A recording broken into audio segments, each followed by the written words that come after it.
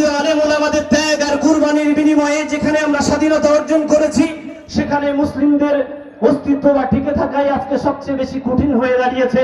এই ভারতবর্ষের জমিন মুসলিমদের জন্য ক্রমশ সংকীর্ণ হয়ে যাচ্ছে। আজকে আমি এই এখানকার ভূমি থেকে, ভারতবর্ষের ভূমি থেকে উদাত্ত আহ্বান দিয়ে নরেন্দ্র মোদীকে জানিয়ে দিতে চাই, আজকে Narendra Modi, there is no success around this universe। মানুষ দুনিয়ার মধ্যে, মুসলমান উম্মাহ দুনিয়ার মধ্যে জীবনের সফলতা দেখে না। ইকতিদার সে কামিয়াবি নেই, ক্ষমতার মধ্যে সফলতা নেই। তুমি চেহারের মোহে আর গদির মোহে তুমি সেখানে ক্ষমতায় টিকিয়ে থাকার জন্য হিন্দুত্ববাদীর তুমি সংগ্রাম করতে পারো, হিন্দুত্ববাদীকে লেলিয়ে দিতে পারো, কিন্তু মুসলমান দুনিয়াকে ভালোবাসে না। ওয়াল হায়াতুদ দুনিয়া ইল্লা মাতাউল গুরুর, এই দুনিয়াকে মানুষ ভালোবাসে না।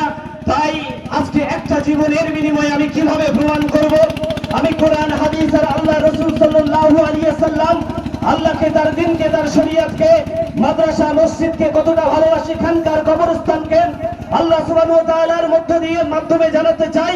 আজকে এই মাটি থেকে আমি গর্জন দিয়ে জানাতে চাই, একটা জীবনের বিনিময়ে তো আমি প্রমাণ করতে পারবো না আমার মসজিদ, মাদ্রাসা, খানকার ইসলামকে কতটা ভালোবাসি।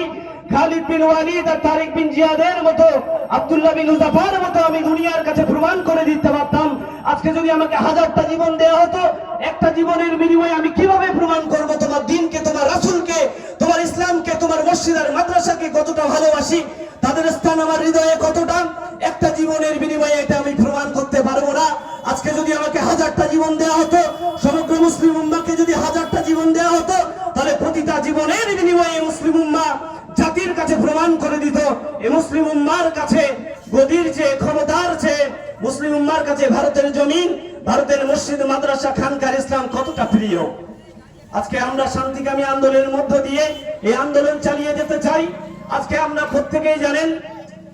প্রত্যেকেই জানেন যে বাংলাদেশের সরকার, হাসিনা সরকার বলেছিল সমগ্র ক্ষমতার উৎস হচ্ছে প্রশাসন তথা প্রধানমন্ত্রী, যিনি সুপ্রিম পাওয়ারে থাকেন।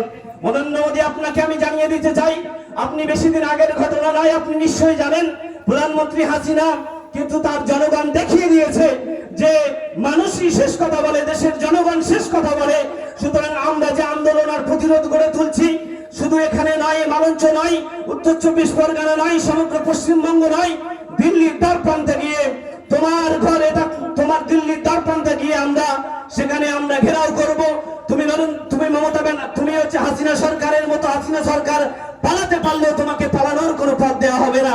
নারে তাকবীর, নারে রিসালাত, ভারতবর্ষ। নরেন্দ্র মোদী, আর একটা কথা বলে আমি তোমাকে জানিয়ে দিতে চাই, আমার বক্তব্য নাতি দীর্ঘ না করে আমি শেষ করতে চাই। আজকে এই সমাজে ওমরের বড় অভাব, ফকল হুদরান ফাকাদ মাতা ওমর। আজকে এই সমাজে ওমরের বড় অভাব। How much more time do you need to come back, return to your merciful Lord? আজকে আমাদেরকে জেগে উঠতে হবে, আজকে আমাদের সেই পথ ধরতে হবে, তারিক বিন জিয়াদ, সালাউদ্দিন আইয়ুবীর পথ ধরতে হবে, সুলতান মাহমুদ গজনবীর পথ ধরতে হবে। সুতরাং আমাদের আর ঘুমিয়ে থাকার সময় নেই। এই ভারতবর্ষের জমি আমাদের জন্য সংকীর্ণ হয়ে যাচ্ছে। সুতরাং আমরা শুধুমাত্র ইস্যু ভিত্তিক আন্দোলন করব না, বরং এটা দীর্ঘ পর্যায়ে নিয়ে যাব এবং জীবনের শেষ বিন্দু পর্যন্ত, রক্তবিন্দু পর্যন্ত মাথায় কাফনের কাপড় বেঁধে আমরা এই আন্দোলনকে সার্থক বা সাফল্যমণ্ডিত করার চেষ্টা করব। এই বলে আমার বক্তব্য আমি এখানেই শেষ করছি। ধন্যবাদ।